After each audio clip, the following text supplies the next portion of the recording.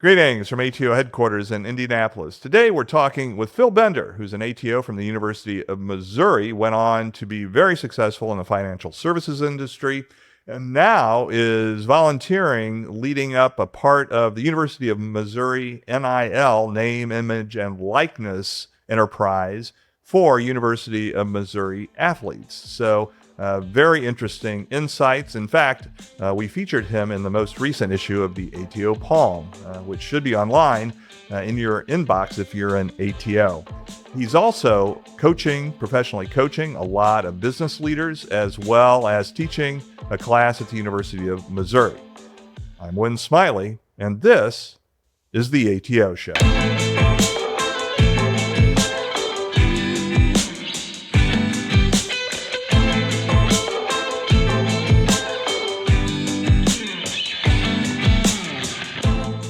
So, Phil, thanks for joining us today.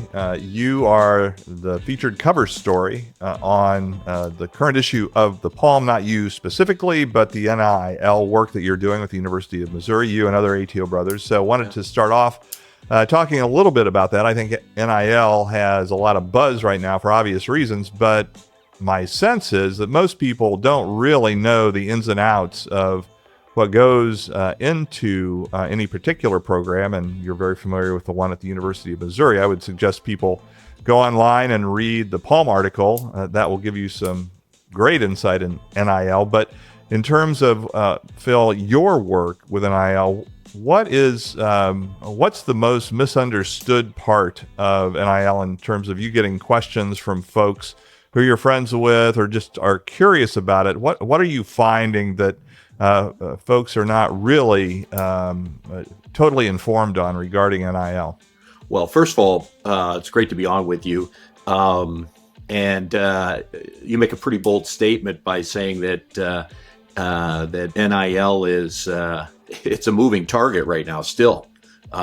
Missouri's done a pretty good job of from a legislative standpoint of making it work for them, and I'm pretty impressed. But I think the biggest misconception about NIL is that it impacts, in the case of the University of Missouri, all 550 athletes. What you see and what you hear, many of us hear, is what happens at the top level, okay, that top tier. And that's where the impact is felt. That's where the attention lies. But players in softball and wrestling and all the track and field, all the impact sports that don't necessarily aren't big revenue sports are still impacted by NIL work.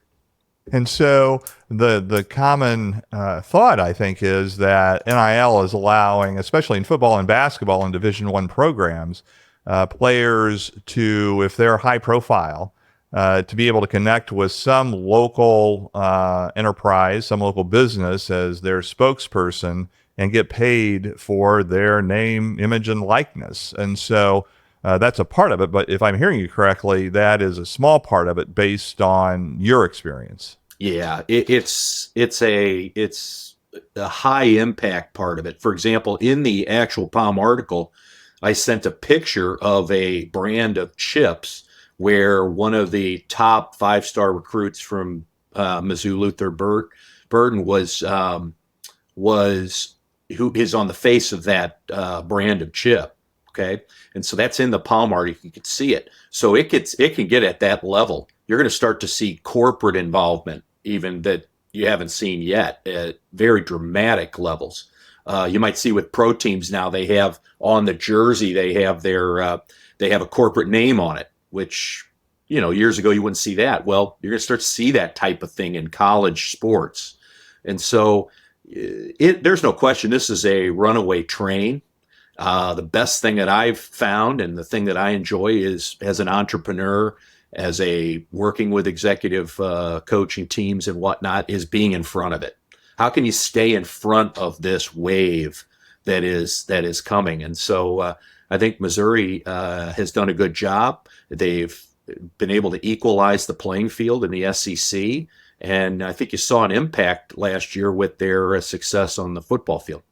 Right. So I'll ask you the question that you just rhetorically asked. How do you stay in front of it? How does a university stay in front of it, especially with everything else that's going on in college athletes related to players now being able to potentially get paid?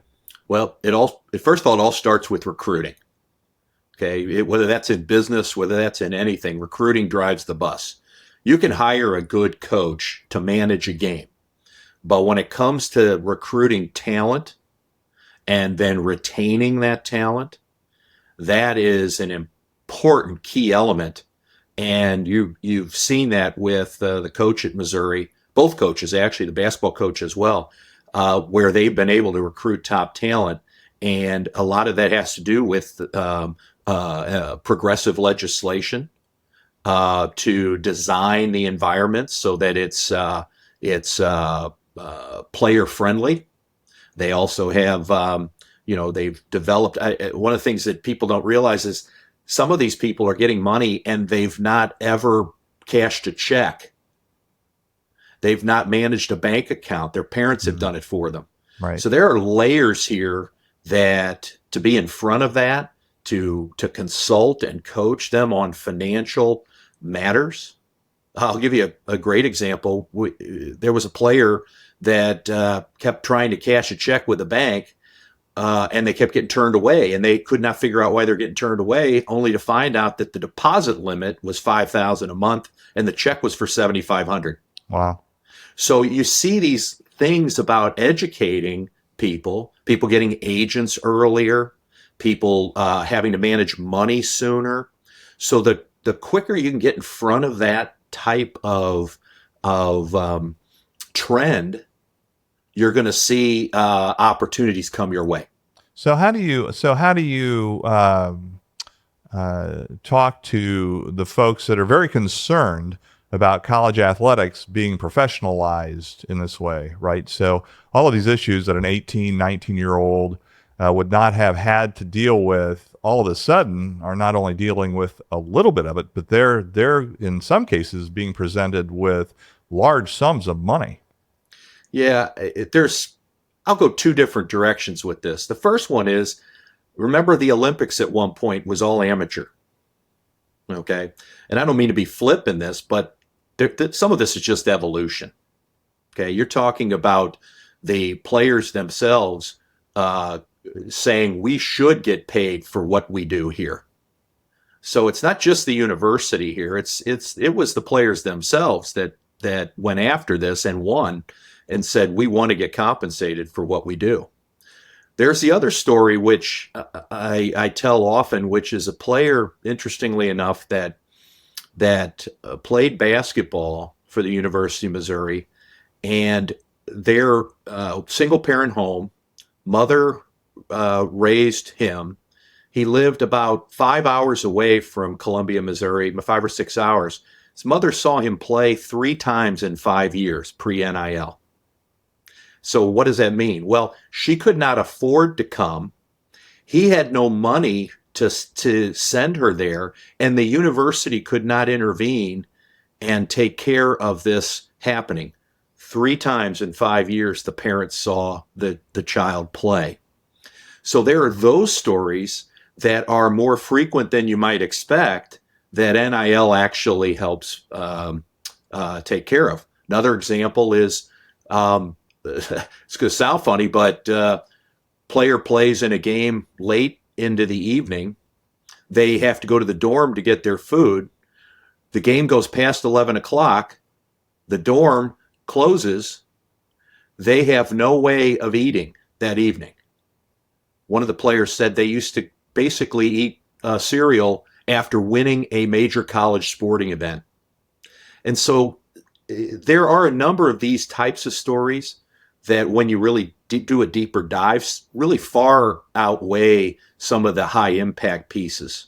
Yeah, no doubt that a lot of these college athletes are having to jump through hoops, artificial hoops, in terms of all the rules related to money and reimbursement imposed on them by the NCAA. So, yeah, I mean, a lot of those stories. You've been involved in this now since before the beginning, actually. I'm curious, what evolutions have you seen? What surprised you as you've seen this issue now take on a life of its own? Well, I've seen obviously the legislation. The legislative piece has been interesting. You've seen some already, and you're going to continue to see it. Some abuses here, especially when it's like the wild, wild west right now. Mm-hmm. Okay, and so you're going to see some of that. But if universities hold to their core values, they hold to their belief system, they can manage that much better. I've also seen recruiting done at significant levels because think about the transfer portal.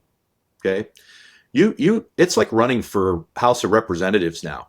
You can't just, if you're a senator, you get 6 years to lay your policy in.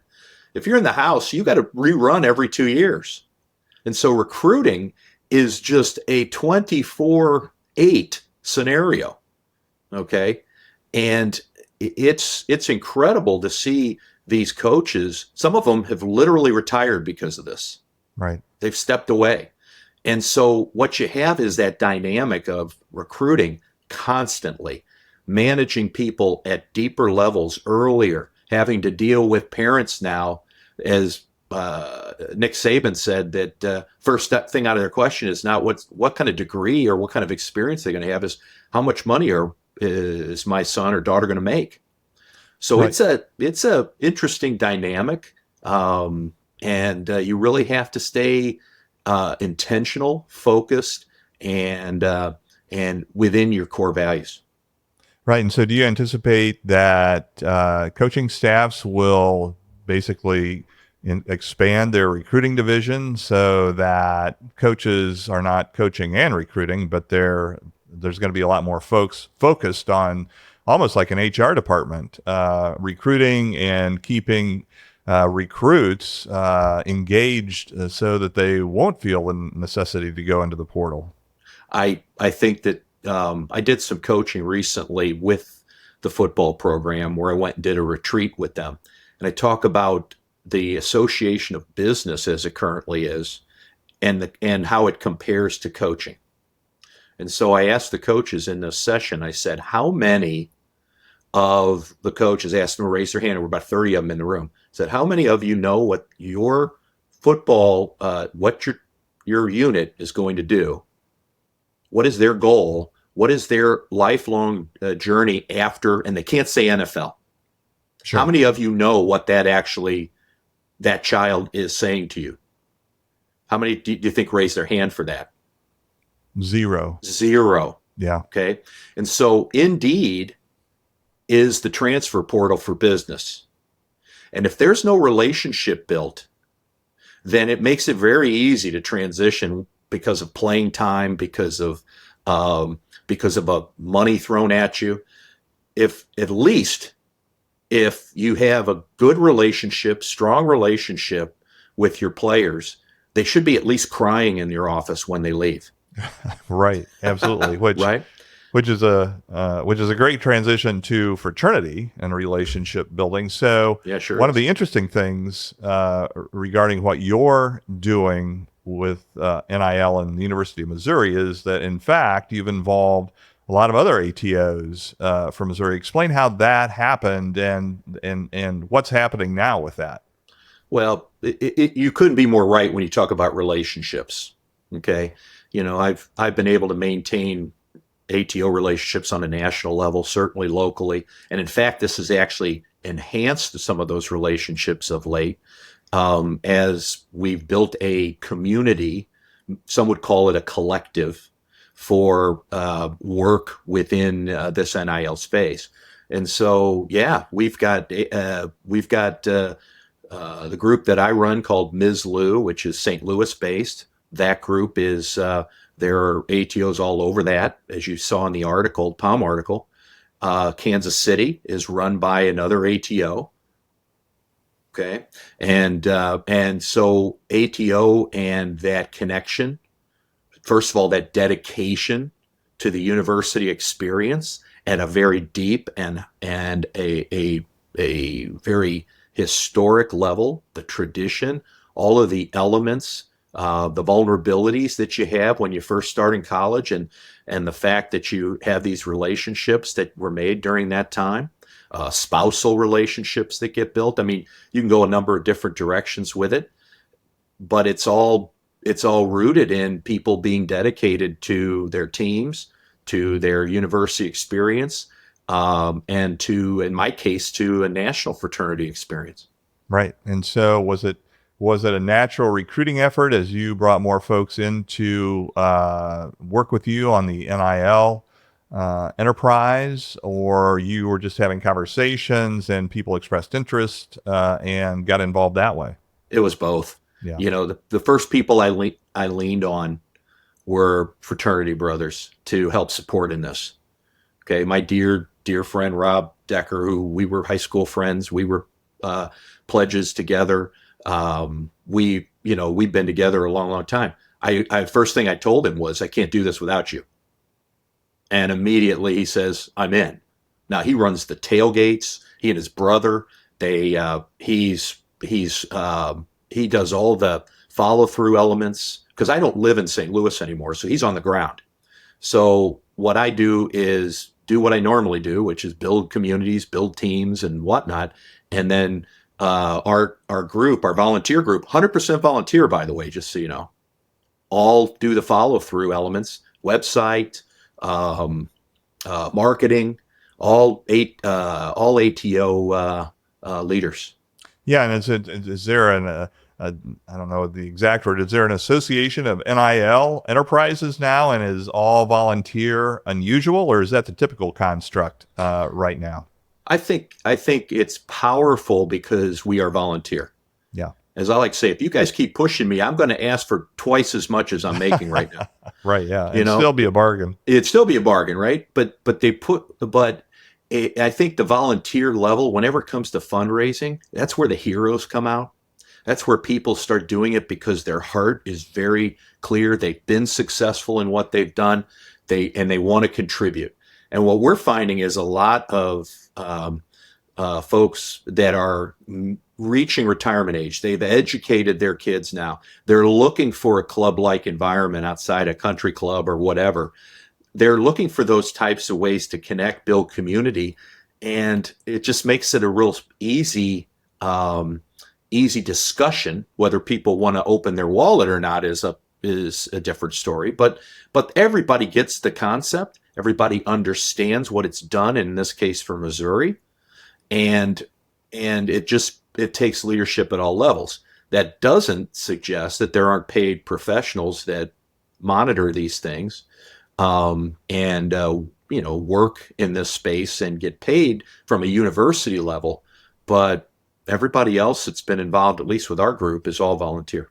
Safe to assume that you're finding this very satisfying, engaging. You enjoy doing the work.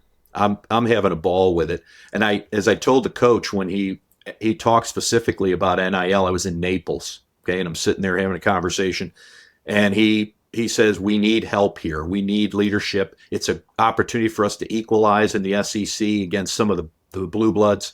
I was like looking around, and I say this all the time, but you look around and you look for the leader in the room. Okay. Can't find anybody. Guess what you are? The leader. That's right. And so I like to say that everybody took a step backward and I was still standing. And so it was really that. And then I had a couple dedicated Mizzou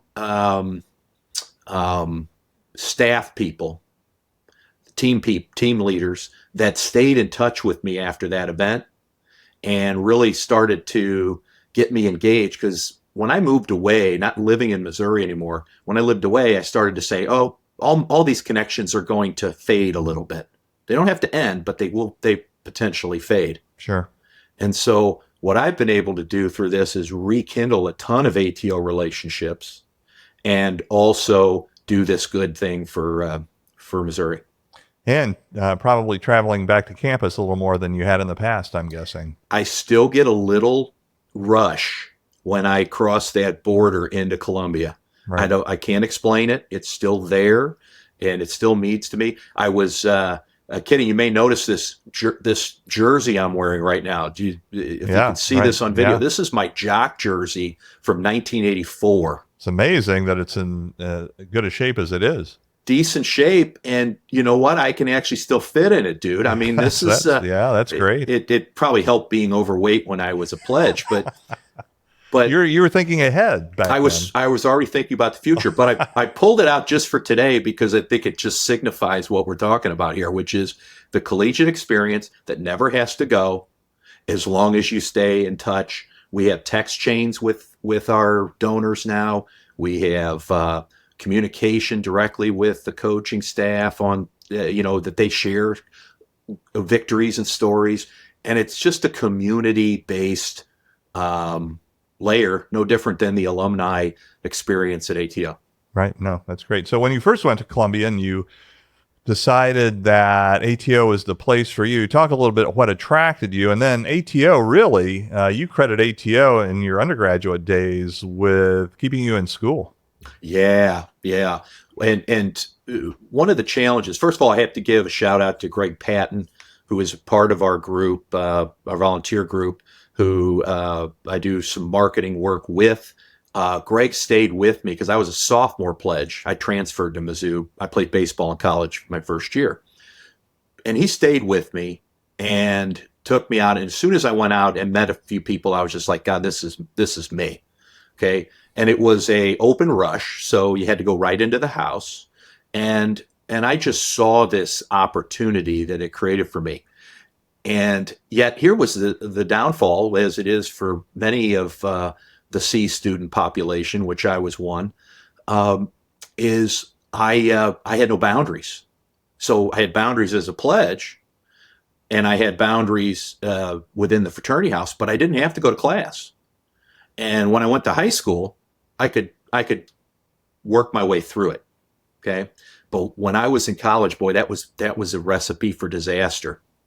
And so it got to a point where after my first year, I was two things happened. Number one was I so desperately wanted not to leave the fraternity. Okay. If you ask my dad what my major was, that's what he would say. It was fraternity. But the second was then I got a machinist job for the summer. Okay. Because I had no money when I was down at school. So I got a machinist job for the summer, went in and after doing that all summer, I was like, graduating from college is not an option. Right. Yeah, that sounds like a familiar story. My father made, I'm one of four siblings, made each of us one summer during college work in a factory for that very reason, to have that experience. And I had the same reaction. It's a good motivator, definitely, to continue studying when you don't feel like studying anymore. Yeah, it was tough, but I learned, like so many learn, I learned by experiences, and got A's in how to recruit, how to train, how to figure out how to build a business. I got A's in that, Right. But maybe not in the traditional sense. Which would certainly serve you well, more relevant for you and your business looking ahead than perhaps some of the classes that you actually took where you had to open a book.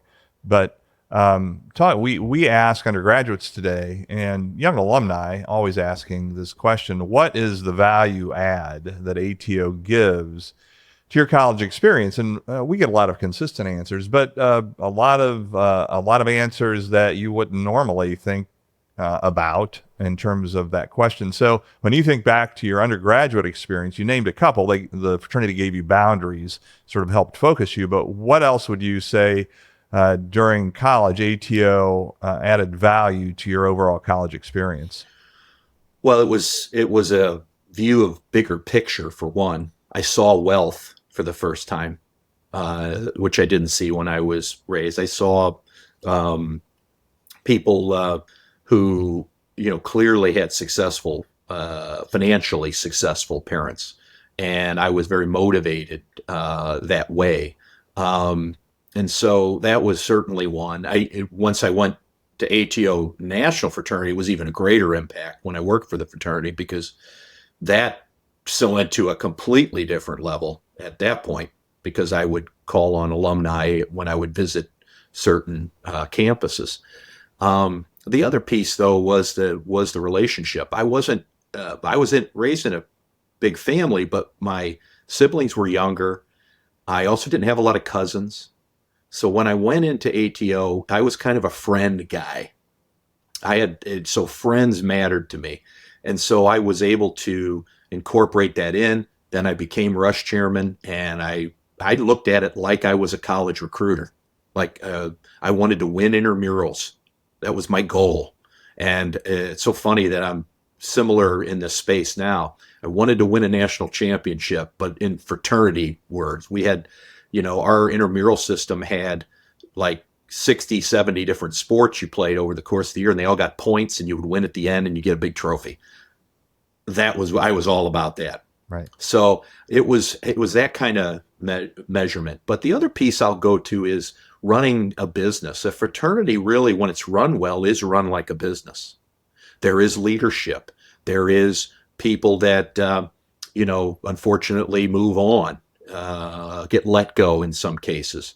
And so that other piece, I started to see, this is how really society works.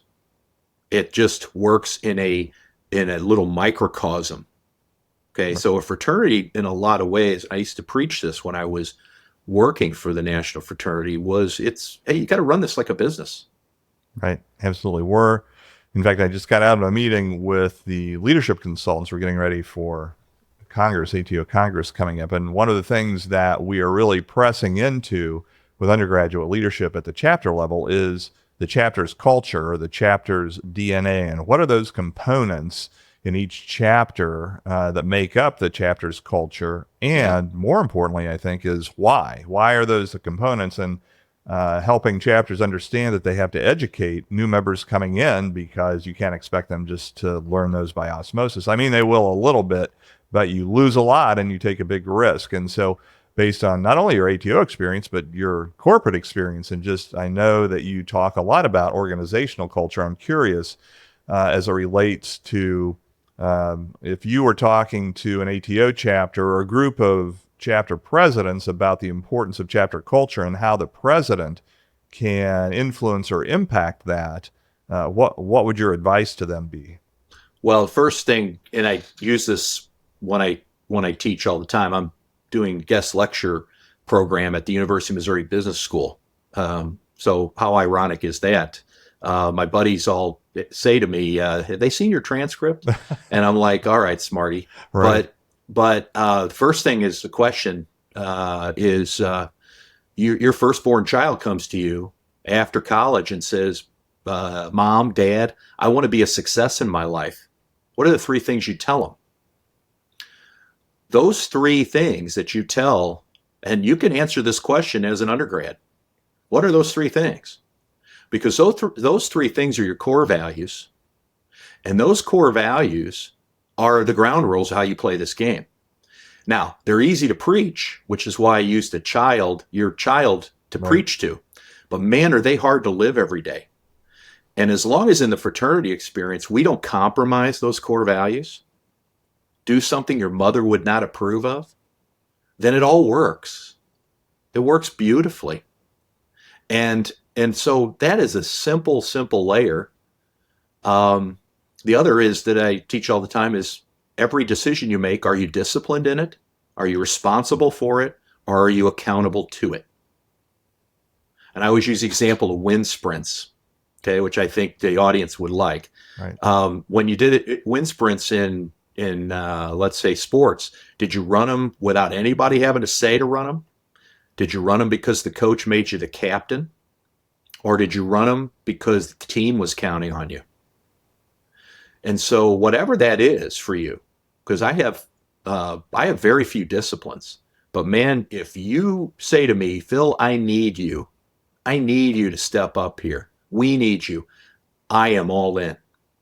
It's when accountability, I struggle a little bit. That's why I was always a couple pounds over what I should have been. But as far as discipline goes, I have one discipline, and that is being on time. It is rare, if ever, that I will ever not be on time for something. I live by that creed. I can give you the deeper reason for it, but the fact is that everything else for me is responsibility. You got to tell me that you need me. And when brothers say that to brothers, how many brothers turn them away? Yep, not very many. Not very many. And so when you ask students, when you pose that question to students, what kinds of reactions, what kinds of answers do you get? Well, hopefully everybody listening in went through their three. Okay, maybe it's Yeah, four. right. But integrity is certainly one that you hear quite often. Commitment. Um, some people say faith, depending on their grounding there. That's certainly a big one. Another would be drive or energy. For me, personal responsibility is a big one. So you went on, graduated from Missouri, went on to join National Fraternity staff. Why? What prompted you to do that? And then sort of same question, and you answered this a little earlier, but a little more in depth perhaps, the value add of your experience with working on the National Fraternity staff.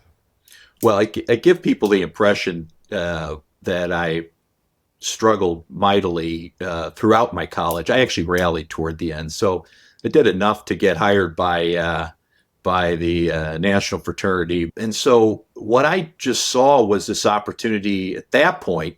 I'll admit it wasn't as deep, I believe, so much in the fraternity. I even offered to stay back. We had some trouble in the house, and I offered to run for president just to stay an extra semester and go a fifth year. Didn't happen, but I was very dedicated to that. Plus, I got to see the country, and that was just very intoxicating for me. There was a big world out there. I wanted to see it, and I wasn't a president of the house or anything. And so I had a lot to learn when I got there. But I immediately saw fundraising, which I'm very passionate about, as an opportunity. I saw the alumni experience as an opportunity. Still very passionate about that. And then I just got in my car, started driving. And so your the professional development that you gained through that, what would you look when you look at that? What are the highlights of that you still use today as an example? Well, best thing I can say is in a story, if you'll indulge me. I was traveling and went to Arizona, and I was down in Tucson and drove down there, and we had to, if you remember, we had to talk to two influential alumni at every stop. And so I called on a guy named Tom Duck, who started a franchise called Ugly Duckling Rent-A-Car. And so I called on him. That was kind of intimidating and scary. He's very successful. Went and visited him. And interestingly enough, when I was a pledge, we had to learn certain songs, and we learned the wrong Sweetheart song. No. So we didn't learn the Sweetheart song. We learned a song called ATO Dream Girl. Okay, so I knew the wrong song. I didn't even know till I went to the National Fraternity. So I'm talking to Tom Duck, and we're at his office. He's in his 80s now, and he's got a piano there. And he says, my pledge brother wrote a song for ATO, 1927. And I'm like, interesting. What was it? He says, ATO Dream Girl. Nobody hardly knows it. Wow. What a coincidence that is. I know. And you know I do vocals. Right. Okay. I once beat Brad Pitt out in a singing contest. Got to get that in. Right. And so I sang it for him, and he played it.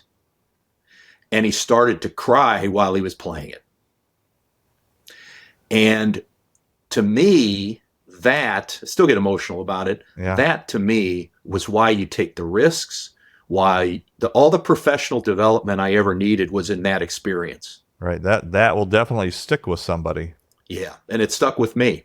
And so you layer that in, whether it's leadership, whether it's having relationships that are deeper with people, whether it's dealing with adversity in your career, This has not been a linear process for me. I've gotten my butt kicked plenty of times, but it's that type of understanding that there are people to lean on, there are relationships there are people that see the world the same way you do. And I'm not talking about politics and religion and Red Sox Yankees. I'm talking about see the world from a core value perspective. Those things you pick up through your fraternity experience, because you do deal with some tough stuff. You deal with a fraternity brother dying or making a bad choice or flunking out. You care about these people, and it matters. And so, Phil, if you were talking to a group of freshmen who just pledged ATO, and they were they didn't know anything about fraternity or ATO, but they made a friend in the recruitment process. And so they're excited about joining because they wanted to join their friend who's in ATO. What would you tell them so that they would have a shot at getting everything out of their undergraduate experience with ATO that they could? Well, first of all, that ATO is a lifetime experience. It gets sometimes a little trite, and I've noticed that in this, I don't want to label, but lately I noticed that people don't always stay in the fraternity throughout their whole, or after their undergrad, they're done. That is a big mistake in the long haul. Okay, right. So that'd be the first one. The second one is that stay true to yourself. Have your brother's back. That means something. You're in a community. As I like to say, in our house, we had 80 live-ins. So that was 80 people cohabitating. There has to be rules. Especially for 18 to 23-year-olds. Right? With a lovely mother to supervise. Right. Okay. So you have to operate within those core values, the integrity that you have, and do the things that your mother, told you. But most importantly is I'll add this in, structure is freedom. So your ability to operate in a structure, set up your calendar, be disciplined in your studying. I wasn't. Okay. So I'm no credible source here. I'm just saying, boy, that would have eliminated a lot of tough conversations that I had with myself about being there. And if it wasn't for the heart, I probably wouldn't have stayed. And so, those building structure, building your leadership skill. I like to say everything I learned professionally, I learned as a rush chairman and a pledge trainer. And so just amassing those experiences, knowing that you're probably going to use those the rest of your life in some form or fashion, with your business, with your family, just with how you engage people. So those lifetime skills, really important. Yeah. And last point I'll make on this, Wynn, you never know where that relationship's going to grow. My relationship with Bill Berry was profound, with a number of people, Mark Mullenix, Kerry Armstrong. I mean, there's so many. But Bill Berry calls me when I'm 34 years old. Bill Berry, former national president. Former national president, calls me and says, Phil, it's time in a man's life where he has to make a sacrifice. I've got young kids. And that was to serve on the national board. And one of the people that got hired during that conversation was Wynn Smiley. Yours truly. Right. Yours truly. Yes. What a great gift that was, to be a part of that and to see what you've done in your tenure. It is fantastic work. I appreciate that, Phil. And boy, did those 26 years go by quickly. Right? Time flies. So, right? So you brought this up before, so I want to hear a little bit more about the Brad Pitt connection. I doubt that most people know that he went to the University of Missouri, and actually you crossed paths with him. Yeah, some of my dearest friends are Sigma Chi's, and we still have them on text chain. We're very close to this day. We give each other grief constantly, a rivalry type conversation. And so they were pledge brothers with Brad Pitt. And so we had a big, it was called Greek Week Fling. It was a big mini Broadway thing that was done. And I did vocals and a lot of writing. I still do a lot of writing. And so we were both up for best male vocalist, and with somebody, there was another person. Guess who won? Not Brad Pitt. Not Brad Pitt. This guy right here. Okay, Right. he never fully recovered, Wynn, from that beatdown. He dropped out of school. He dropped out of school. He went to L.A. and struggled ever since. Right. But you left a mark, Phil. You left a mark. But his Pledge brothers are dear friends of mine, and actually Sheryl Crow, interestingly enough, was a year ahead of me at Mizzou. Wow. All right. That's an interesting era for sure. Yeah. So, Phil, not only your ATO experience, but certainly your professional experience and then your experience with NIL, I'm sure that there are folks that would love to talk with you about this. How can they connect with you? Yeah, thanks. First of all, it's seacaptaincoaching.com. Okay, that's the website. And you can also reach me at phil@seacaptaincoaching.com directly. And taking all calls and emails. I'm at a stage, especially if it's an ATO, I'm at a stage where I'd love to just hear a story. And then we also have a book called The Sea Captain Way, and that is on Amazon. And lastly, we have a podcast called The Sea Captain Way, which is on all your podcast stations, Spotify and Apple and so on and so forth. So plenty of ways to connect with us. So I got to ask, do you have merch? It's funny you say that. I get a lot of asks for merch. I just don't want to be in that business. Right. I know, and you know why. Right, a warehouse of merch. Oh, that's all I need is more closets full of crap. Right. But you never know. Every once in a while, I'll throw a koozie at you. They have magnets on them, so they're great for golf carts. Yeah, that's great. That's great. Cool. Well, Phil, thanks so much for taking the time to talk with us today. Thanks for sharing your insights, not only with us on NIL, but with the Palm. I'm sure that, and in fact, I've already gotten several emails from alumni who read the article and really enjoyed it. So appreciate your work. We did not talk, but I'll share it now. The fact that you did serve on the fraternity board and on the foundation board, so your connection with the National Fraternity continues. And certainly I enjoy the fact that we get to talk from time to time. So appreciate everything that you do, Phil. Thanks for taking the time. Well, my pleasure. And as I love to say, ATO is me. And so thank you for the opportunity. Absolutely. Take care.